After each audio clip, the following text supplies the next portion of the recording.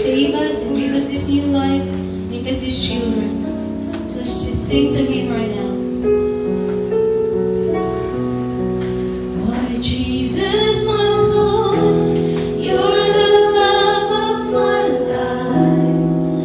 Wherever You go, wanna be by Your side. No longer I, but Christ living in me, serving You for all eternity. My life set on You, in this race that I run. No longer my ways, let Your will be done.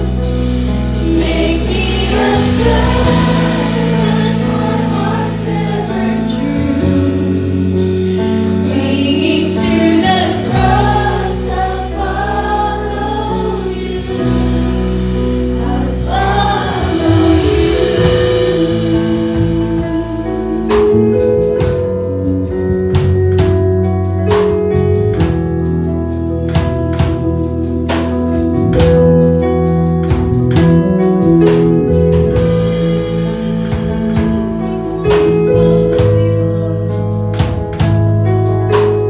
If you choose to serve the Lord right now, just say this prayer from your heart.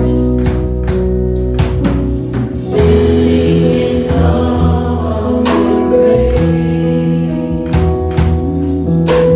setting my feet in Your ways, entering into Your presence, to behold You face to face. God of all heaven and earth, holding me in Your embrace. Unfailing love that surrounds me. Oh God, I stand amazed by Jesus, my Lord. You're the love of my life. Wherever You go, wanna be by Your side. No longer I, but Christ living in me, serving You for all eternity. My eyes set on You, in this race that I run. No longer my ways, let Your will be done.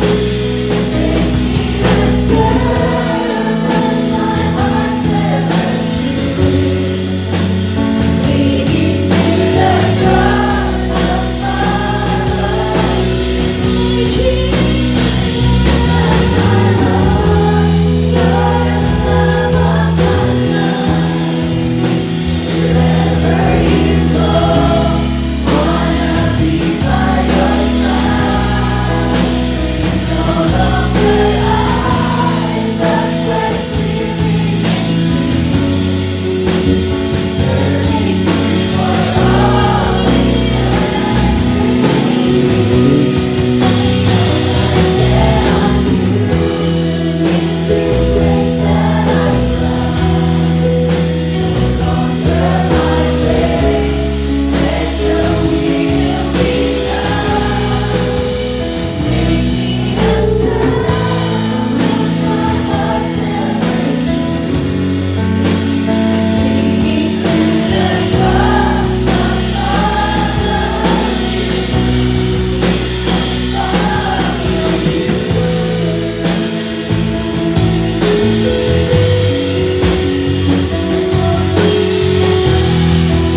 He's the reason that we live.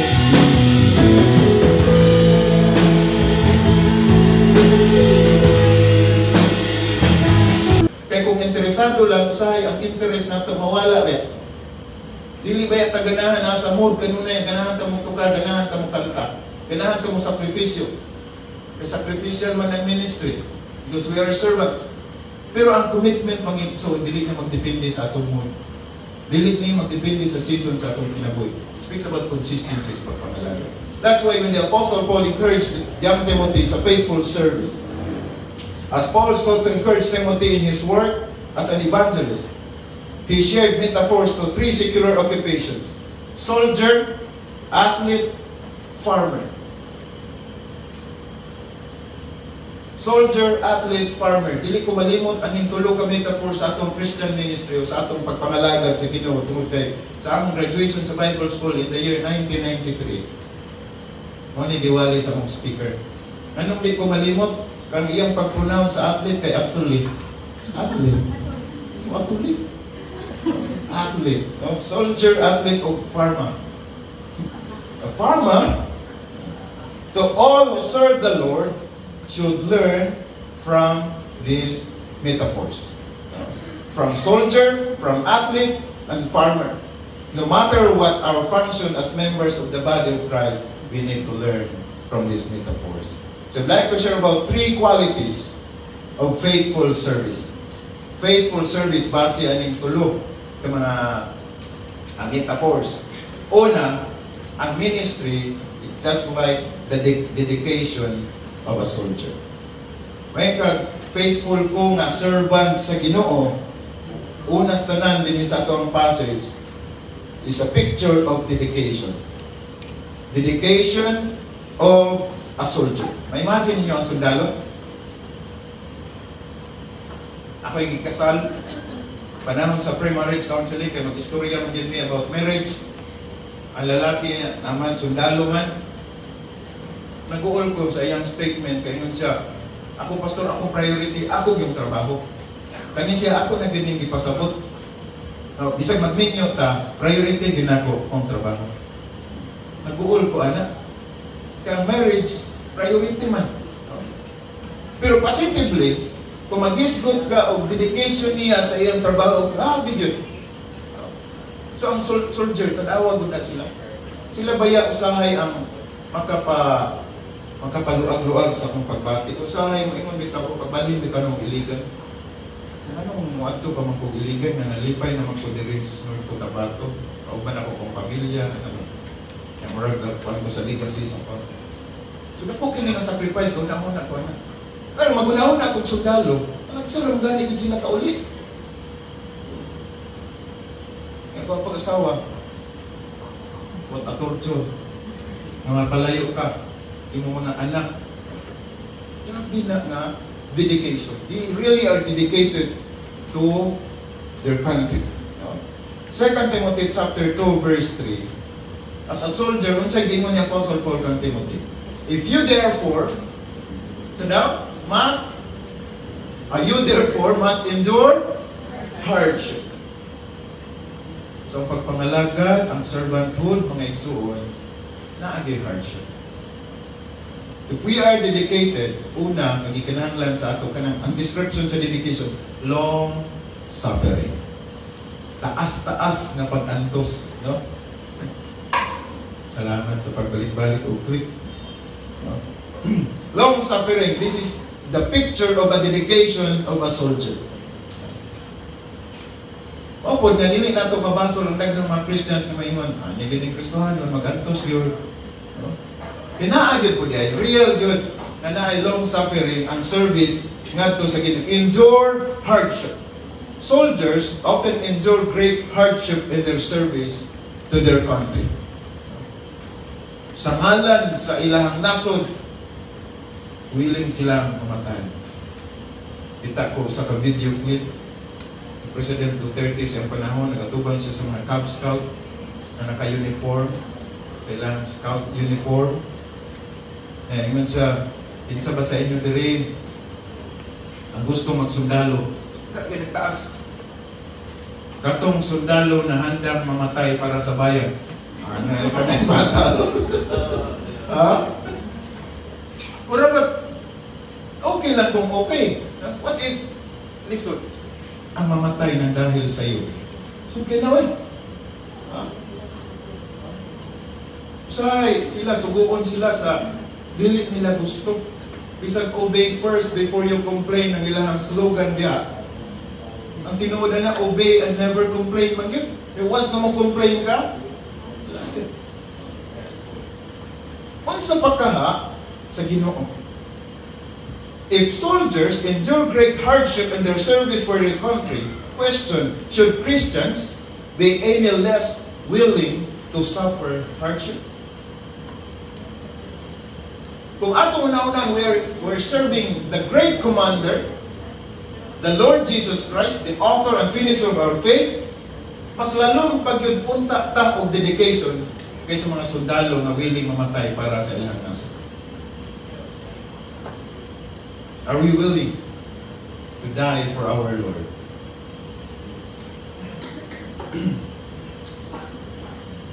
Pag-ingon ni Job, he gave, you give, and take away. Dato pa ang Ginoo na authority nga mong hatag, siya na authority nga mo bawi. That's why na nag-ingon, ang kinabuhi dili hinulaman. Ang kinabuhi is a stewardship.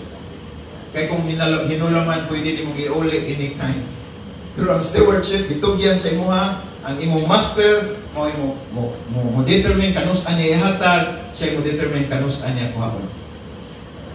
It's a stewardship.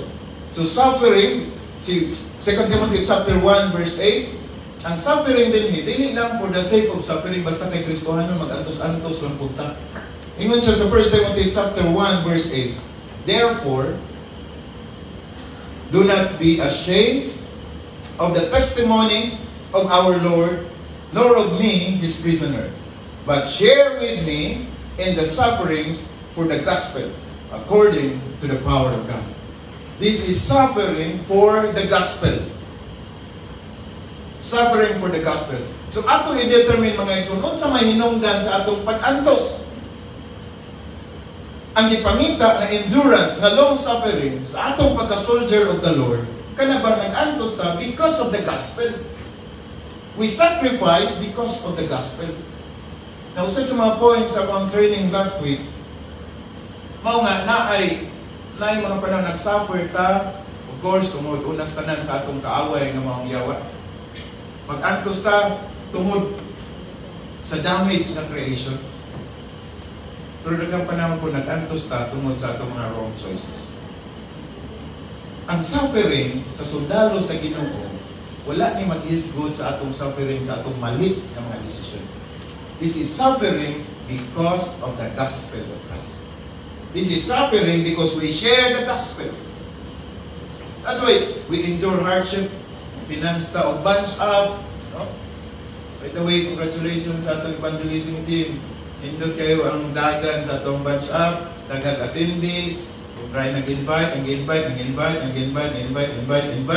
Wala na may kailang kinsay nag-invite sa uban, basta kay naa sila din yung butan, kalor for that. Then, nadugangan tag mga volunteers para sa itong music team, sa itong mga, sa tawag ato, game masters, daghan ang magamit na ito, diha pa lang. No? So, may igsoon, matingala mo sa mga participation din na walay deeper commitment ng ipangayo diya sa batch up. Para makarelate sa mga young people o sa mga young adults nga mo-appeal o makatungog sa gospel. Well, ingon si Jesus Christ sa Matthew chapter 5, it's a blessed are those who are persecuted for righteousness' sake. Wala din ingon, they are persecuted because of their wrong choices. For theirs is the kingdom of heaven. Blessed are you when they revile and persecute you and say all kinds of evil against you falsely for my sake. Rejoice and be exceedingly glad, for great is your reward in heaven, for so they persecuted the prophets who were before you. So that's long suffering sa pagpangalagan. Another picture sa dedicated na soldier is being focused. So dili lang long suffering kung dili naa sila'y focus. 2 Timothy 2:4, no one engaged in warfare entangles himself with the affairs of this life, that he may please him who enlisted him as a soldier. Soldiers must concentrate on the task at hand to survive. Wala sila na engage o nagkalain-lain ng mga butang. Kung tanaw ni mong sundalo panahon sa gera, Wala na sila nagdalag mga itlog, hindi pang jumble nila, samtang padulod sila sa giran para at least na sila income, samtang gabaklay sila sa bukid. Wala sila nag-sideline. So sa ministry, kinahanglan ng focus. Christians need to be careful lest they be distracted by the world or they will bear no fruit to maturity. Bantayanan ang pagpangalaga. Kaya maulagi din, ang yawa, niyan siya sa to kill, to steal, to destroy. Patyon niya imong kalipay. Kawaton niya imong kalipay. Daoton niya imong testimony. Daghan kay distraction sa pagpangalaga at mga igsoon. Daghan kayo makapa sa pagpangkawala sa atong focus. Para unsa man din atong kinabuhi. Try doon natin assess atong kinabuhi. Upang utan-utan imong tag for to me to live is Christ. And back to the question, are we really living for Christ? Ang ako bang pagpanarbaho para ba niya sa Ginoo? Ang pag-eskwela para ba niya sa Ginoo? Well, lisod kayo mag-determine mga igsoon, kaya kanunay naman akong ginashare. Kaya nga, akong mga anak, focus din sa eskwela, kaya eskwela, min mo na. Yung sahay, pangidya man, pero dala tinuod mo na sa kinabuhi, sa Kristuhan. Busy na yung kayo ko. Puro na yun ako ang time. Kung pwede na akong i-give up, ang ministry na lang yun.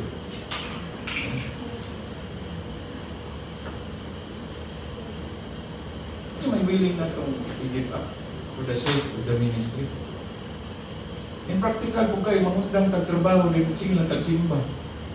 Saan yung ka? So balik ta sa gitawag o focus. Kung saan man ang priority sa kinabuhi. Para unsa man I'm saying this because daghan mo ko pag imong ministry, una-una lang siya, mag-pastor ko, mag-member ko sa music team, dapat involve ko sa church, sa mga ministries. We encourage that in the church na kung naamang kayo mahimo collectively, contribute sa ministry sa church, maayo yun kayo. Pero uyang ka guilty. As long as ang imong trabaho, imong negosyo, imong pag-eskwela para sa Ginoo. Then na evidence, dapat no? Ikaw may makaibaluan na sa evidence kung nakafocus pa ka sa Ginoo. So, Luke chapter 8 verse 14, now the ones that fell among thorns are those who, when they have heard, go out and are choked with cares, riches, and pleasures of life, and bring no fruit to maturity. This is about the parable of the sower. No? Katong sower, upat ka klase sa soil, ang iyang napuksan sa seeds. Na ay naabot sa dapit sa dalan, na ay dito sa batuon, na dito sa sagbutan, o naapoy seed nga naabot sa good soil. So, nag-represent ang mga soil sa atong kasing-kasing. So, kumusta ang lulot sa pulong sa Ginoo sa atong kinabuhi? Well, naadiri i-describe nga, pag-abot, niabot yun ang seed sa ilang. Pero pag-abot sa mga trials, nagapo sila sa mga sampinit o sa mga muti-muti, wala mo kailaanan. Di mo ka-relate, kadili mo sa bukid. Anyway, so makawala, no? 1 Timothy chapter 6, verse 9 to 12. But those who desire to be rich, fall into temptation and a snare, and into many foolish and harmful lusts, which drown men in destruction and perdition. For the love of money is a root of all kinds of evil, for which some have strayed from the faith in their greediness and pierced themselves through with many sorrows. Isa sa mga distractions nato, mga igsoon, ang material ng mga butang. That's why, si Paul dili siya against sa mga datok. Kailangan po siya mga kauban ng mga datok. No? Pero ingon siya, bantayanan kayo kung nag-desire ka may mong portahan. Kay daghan kayo ang temptation. Di ba? Tinood na itong mga datok kanya din niya. Grabe temptation, di ba? Kita, no? Kita ng mga datok. Grabe din. Ang makawala sa atong focus o panalagin atong mga bandit ba sa pinabuhi.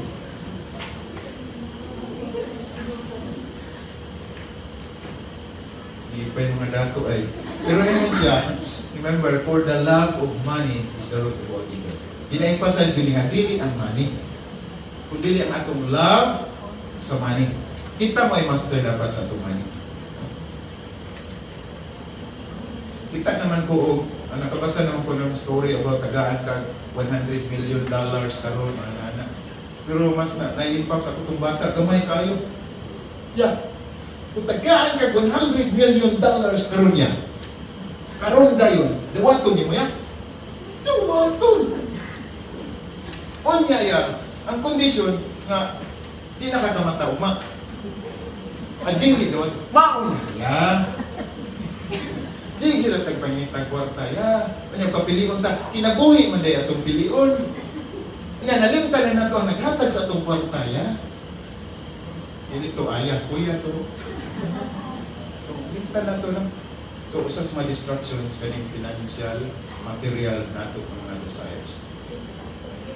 Kay honestly mga igsoon pag nandito kay motor, ano po ka og iyo or wigo, di ba? Pag naiwigo, di ba? Istorya na po ng James, ngita na po may inuba. O karon ako, Sonet, Kia Sonet. Naka-imagine ako, biyahe ko, Kia Sonet. Ilisan na ako ang Ford EcoSport. Kumanta po ang ganahan sa oil. Gusto kita, karon,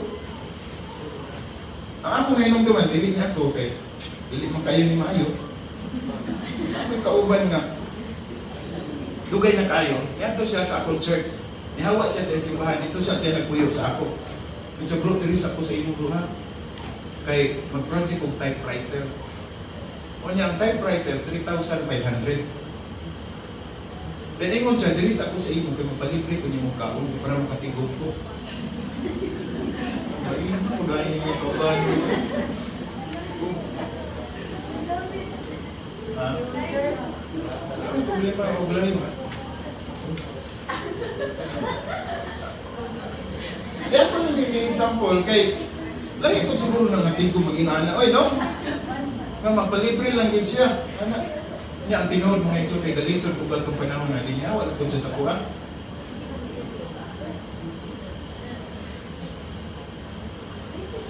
Anong nabot mo ko din? Pero wala mo kayo mo ganahin sa PowerPoint. Focus kayo sa dito din sa iyong project ba? Nawala na sense of balance sa kinabuhi. Number 3 na ta, no? Devoted. Kaning dedication sa soldier, grabe ka devoted sila. Sa gingon sa 2 Timothy 2:4, that he may please him who enlisted him as a soldier. He may please him who enlisted him as a soldier. Now, ang background di ay, sa una, katong mga panahon pa sa mga invasion, tribo-tribo, bitaw, tanan man na mga, sa ang leader sa inyong village ba, kuhaon mo, kung ikaw mabirahan, ikaw ba'y mapilian, kuhaon ka, may mo kang soldier. Once na imo kang kanyang soldier, dapat sila gini mong i-place kanunay. Kung dili man ipareha sa ato karon nga kita mo apply pagka-military. Sa ila, kuhaon mo tanan. Last month, nag-seminar na may kauban dito nga. Sa laing nasod siya sa Myanmar. Madugtad niya po nga Myanmar. So, dito sa ila, karong panahon na, sugod kag sa dili, pag kuha ka sundalo, hindi ka pwede yung palipay. May dagan na di sila grupo-grupo dito, puros mga sundalo. Kato mga nagatagang sa live, ayun, may itukan ko sa world. So kung piliyon ka dito, dili ka pwede mo disobey sa nagkuha sa iyo. Well, kana nga devotion, nag-picture out na, alam na to, na ang atong pagpangalagad mga igsoon is to please our Master. Salamatan din nato kay this is a privilege. Kaya lahi man ang nagkuha nato. Para ni sa kaayuhan tanan eternal nga good ang nagkakahitabo dinhi. So soldiers desire to please their commanders. So ang question na po para sa mga Christian, should not Christians desire to please their great commander? So whenever we serve the Lord, nung duman na to, we are serving the Lord. Serving the Lord. Paul's attitude concerning himself in 2 Corinthians 5:9, therefore we make it our aim. Look at this. We make it our aim, whether present or absent, to be well-pleasing to Him. Then ang iyang prayer sa mga Colossian believers, sa mga taga-Colos, ingon siya, that you may walk worthy of the Lord, fully pleasing Him, being fruitful in every good work and increasing in the knowledge of God. So every time you see a soldier who serves his or her country with honor, ask yourself, do I serve my Lord with the same dedication? So ang faithful servant, sama sa dedicated na soldier. Number 2, a discipline, the discipline of an athlete. Disiplina sa mga athlete. Ganyan, kita ni mga batanon dito, jogging ito.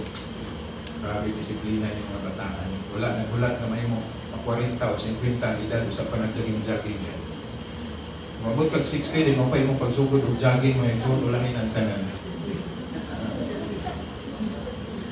Pero katong nag-jogging na sa isinta, okay ra gyapon. Sister Lutlot, okay ra to magsilig-silig at sa imong rest house, exercise. Kanindot yung rest house. The discipline of an athlete. Number 1, the description is obedience. A disciplined athlete is an obedient athlete.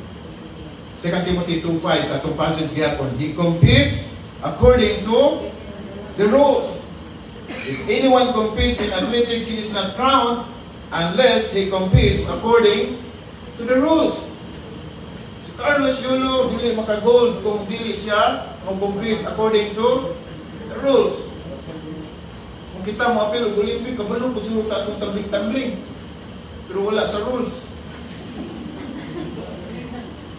Kabalo, pwede yun dito maka-gold, mamilyonaryo, dito aning tabling-tabling. Pero tinandagahan na rin sige tumbling. Pero bugay, pag kayo mo maka-gold, ay, sige na lang at least, no? So athletes understand the need to abide by the rules if they desire to win. Isang pag-unsa takakusog mo dagan, maapil tag-marathon, then wala taga-obey sa rules. Samot na ko, lahi mong direksyon, kusog kayo mong dagan. Layo kay kasi finish line na. Naagyan po, daghan matag-makita sa internet, no? Mga bata ba, teenagers, katap, relay, kakasilay dalon din, dagan din, dawato na po sa isa. Ang isa mo itong isa na bislas na, pagdawat niya, dito maninganto yung sa gigikanan.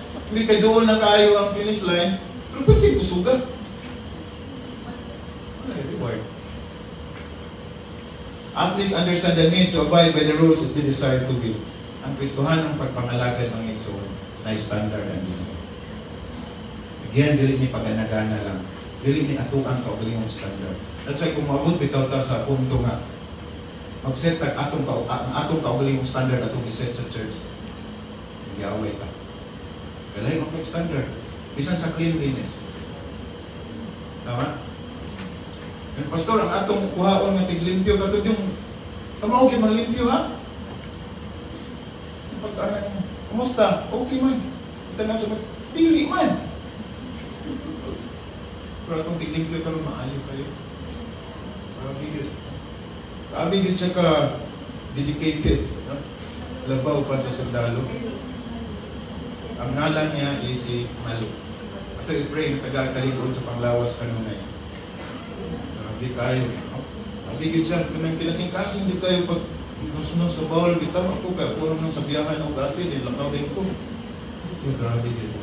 So, naay mga yunanan, pero dili ta sa obedience. Jesus calls upon to observe what He taught.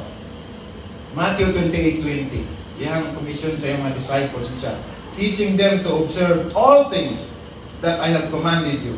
And lo, I am with you always, even to the end of the age.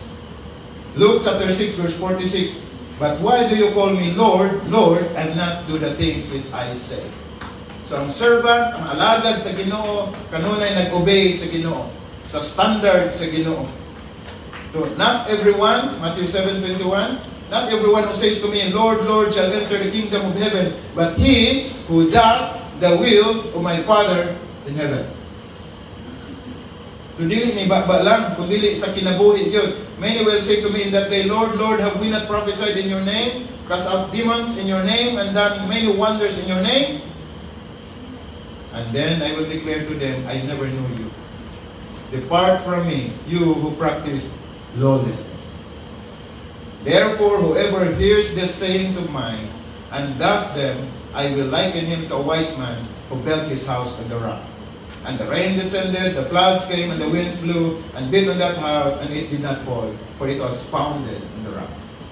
But everyone who hears this saying of mine, and does not do them, and didn't obey, will be like a foolish man who built his house on the sand. And the rain descended, the floods came, the winds blew, and beat on that house, and it fell, and great was its fall. In other words, ang atong disobedience mga igsoon, mo resulta di ay sa atong fall.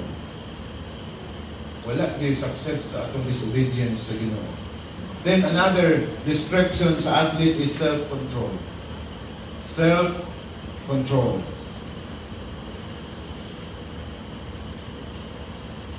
Athlete, bawal ang pork, bawal ang sweets, bawal soft drinks, dilaw-dilaw lang gamay. Another comparison by Paul regarding athletics, sa 1 Corinthians 9, if you remember, I have shared this, 1 Corinthians 9, 24 to 27, ingon si Paul, do you not know that those who run in a race all run, but one receives the prize? Run in such a way that you may obtain it. And everyone who competes for the prize is temperate in all things, self-control. Now, they do it to obtain a perishable crown, but we for an imperishable crown. Therefore, I run thus, not with uncertainty, thus I fight, not as one who beats the air, but I discipline my body and bring it into subjection, lest when I have preached to others, I myself should become disqualified. So na ay modeling din sa gitawag self-control sa Apostle Paul. Minsan, kung ang kalibutan, sa contest, sa athletics, sa kalibutan, daghang mo apil, usaray mo daog. Sa Christianity, kutob sa mo apil, pwedeng mo daog. Kung naningkamot man sila pagdisiplina, sa ilang kaugalingon, sa ilang diet, sa ilang activity, sa ilang huna-huna, dahil ang ilalang reward is temporal reward. Sa unang panahon, dahon laya, may ikuruna sa imong mudaog kag dagan, mudaog kag wrestling. Kung naningkamot sila para anak, unsa pa ka kita, ay doon na tayo eternal reward. Eternal ni nga perspective ang atong pagpangalagad mga igsoon. Usahay matintag ta sa pag-claim sa reward na, Lord, grabe man akong pangalagad, asa naman ako reward. So ang atong karon, self-discipline. Disiplina sa kaugalingon. Athletes knew that ultimate victory requires great self-control. Should Christians exercise self-control any less? Kumusta man ta? Kumusta man atong anger? Kumusta man ang daligra mahiubos? Kumusta man? Pero ako naman to. Kung ang tao na ningkamot sa perishable crown, hinumduman na ito ang Kristohanong incorruptible or perishable crown. Kung sa biyahe pa, relax kayo ang imong biyahe, kang imong karga, dili man perishable. Kung makatago kang mga truck perishable goods, pero mag-giveaway yung ka para nila, para dili mga lata o ilang dala ng mga gulay o sa pa. Number 6. Letter C is the diligence of a farmer. Soldier, athlete, farmer. Kung saan makita na ito sa farmer, diligence. Kita na ko ni sa akong papa, sa akong parents. Kita na ko ni sa parents ni Limer. Pinakakapoy yun, una-una ng mga farmers. Matag sa'yo. Kanya, o gabi kung hayag ang bulan, magdaro pa yun. Kaya para dakog agi. Kaya kung gabi, dugay kapuyo ng karabaw, dugay pag kapuyo, dili po kayo init. Problema lang karong panahon na kay utangon ang seeds, utangon ang abono, na po kay interest, pagbaligyan nimo, tag-gisra ang kilo. Bayad pagkaghawling, mga hinanakit niya po ano. Kay last year, manggod, pero tinglipayan ang mga, ako manggod, ako kay farm. Pero tinta po yung halin, indod kaya mais, ako kay halin. Pagpambayad sa abono, bayad sa seeds, bayad sa labor, bayad sa trucking, bayad sa drying, huwag nabilin. Pero ang tagiya sa truck, palit o bagong motor. Ang labor, nakapalit o mga motor. Pinulang na lang din sa iyo. But if we talk about diligence, grabe yun. Nagikan pagtanong, di pa yan mo makita na mutubo na yun. Pagbisita ni mo next week, makita ni mo, nanay gamay. So, si mana, anak, ilang niya kayang feeling. Then, noon siguro, mo na yung motivation na itong may isgutan. Number one, na picture na ka ng hard work, no? Hard working. The hard-working farmer, when the description of Apostle Paul, 2 Timothy 2:6, must be first to partake of the crops. Now, personal experience na ikanang first partake of the crops. By the way, tuguti lang kung musulti ka, excited ko sa mga farm karon. Sa failure ang sa mais, sa prutas, kaya kay prutas karon. Then tama-tama yun nga pag-uli na mo, first, no pagpamunga sa daghan kay mga durian ba? May pakanduran, kita mo sa picture ni Limer? Video? Kung wala mo pagitaan ninyo ito. Kaya nalipay si Limer kay height-friendly ang durian. Harvest ka, musuong ka sa punuan. Ito ang mga bunga sa ubos. Tininood ito, dili ito inilunggong at tika-tika lang. Naay ito dito. Ako pertig yung panimot na kung napag-imot. Ano yung sabi ko makatilaw namin ang sa imuhang farm din. O tama-tama yun. Pag-abot na mo sa liga, nag-picture sila, inog na. Oh, send na lang video, balihog sa pag-abreak. Like na lang din. Una-una na ko, dili mo po ako'y nagtanong sa dili, ako unang makatilaw din. Pero, another example, sa mais. Kailan mong anakon? O ka nang ginabaligya na rin, no? Sweet corn, o kuan. Actually, kung naa mo sa bukid, dili na ninyo na ma-appreciate ang kalamig anak. Actually, naugmaan na na. Sa amo, sa bukid, pag-harvest mo sa mais ka ng anagon, tilaog. Basta ka nang ginalungag pa ba na mais, na tipo, sa term ninyo, anak. Dili gina siya paumaan. Pag-harvest mo, lutuon, dili mo sa karon. Ako may nungduman, kabisa gabiin na may muli, ikan sa farm, pag naami dalaan na, akong papag akong mama, dili gina matulog ng gabihan to nga, dili gina nila maluto. Kaya paumaan pa ni mo luto, lahi na kita lamig. Kumana, ang privilege ba? Sa atong diligence, kita gyud ang makatilaw sa first fruit na lami pag-iyahan sa sabor. Sa pagpangalagad, wala may makailo sa kanindot, sa kalipay, katanggi sa pagpangalagad kung dili kita manhut. Naikanta na yung, there is joy in serving Jesus. Kung kita magkugis pagpangalagad, kita po ang una maka-enjoy, anak. Tama? Kung i-involve ka sa ministry, nalipay ka sa imong involvement, dili man tong silingan na lipay kay ko. Nalipay po siya nga nangalagad Destino, pero ang kalipay sa pagpangalagad, naari ito sa iyo. Wala sa iya. So, farming is certainly no easy task. Balogin mo anak, bisag wala naka-farm uban sa inyo, but I know, kasabot din mo. No? Should Christians labor any less in the vineyard of the Lord? Pag gamay-gamayong ba nato itong labor para sa Ginoo? Ingon siya, the harvest is plentiful and laborers are needed. Matthew 9:37, 38, then he said to his disciples, the harvest truly is plentiful, but the laborers are few. Therefore, pray the Lord of the harvest to send out laborers into his harvest. May ekson, daghan kay harveston nun ng mga tao. Daghan na kinahanglan o kaluwasan. Isang pag maingon ta karong panahon na gahi na ang mga tao, and now, there is always opportunity to share the gospel. Kung dili man ka makadescribe sa gospel, the death, burial, and resurrection, invite na. Naamang yun tayo mahimo. Amiguha lang, kaya maka-amigo mo, time will come, tagaan ka niyang opportunity to share the gospel.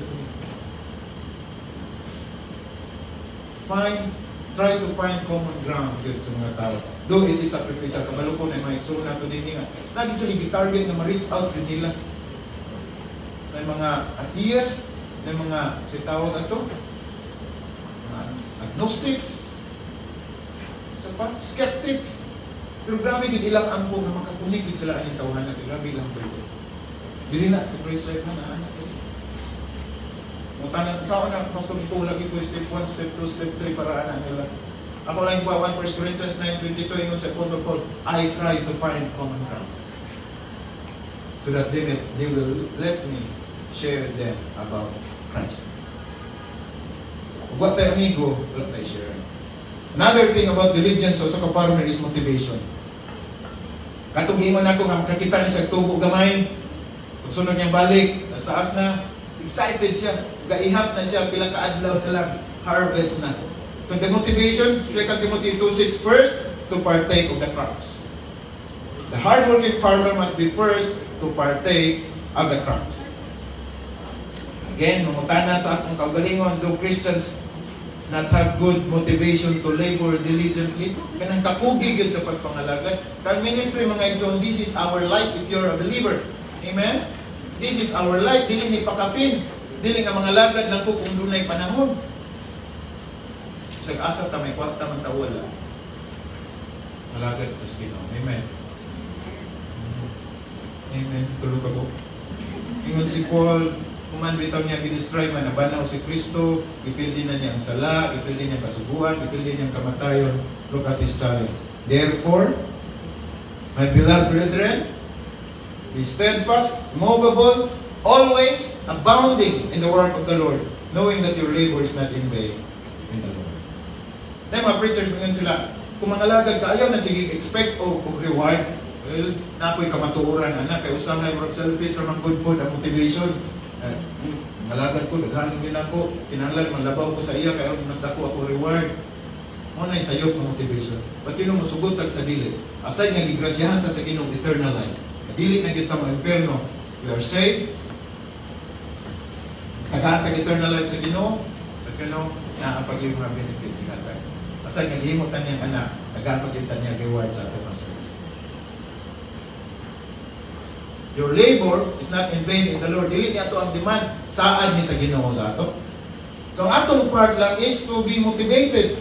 And so, my beloved brethren, be steadfast. Kung sa sundalo na, forward na. So ganyan na ang term na, sundalo. Basta forward. Advance, tayo retreat, no? Oh. Pero kung nakaposisyon ka o guwapo kayo nga bato, pabor kayo, huwag ingog advance. Guwapo na sa itong posisyon, advance pa. Pero retreat, totoo? Away atong tuyo. Kung kanyang plastar, kung na nindot sa Kristohanon, magka-plastar, tagpahayo. At pamalandungan nato ngayon, so natin pinagulong.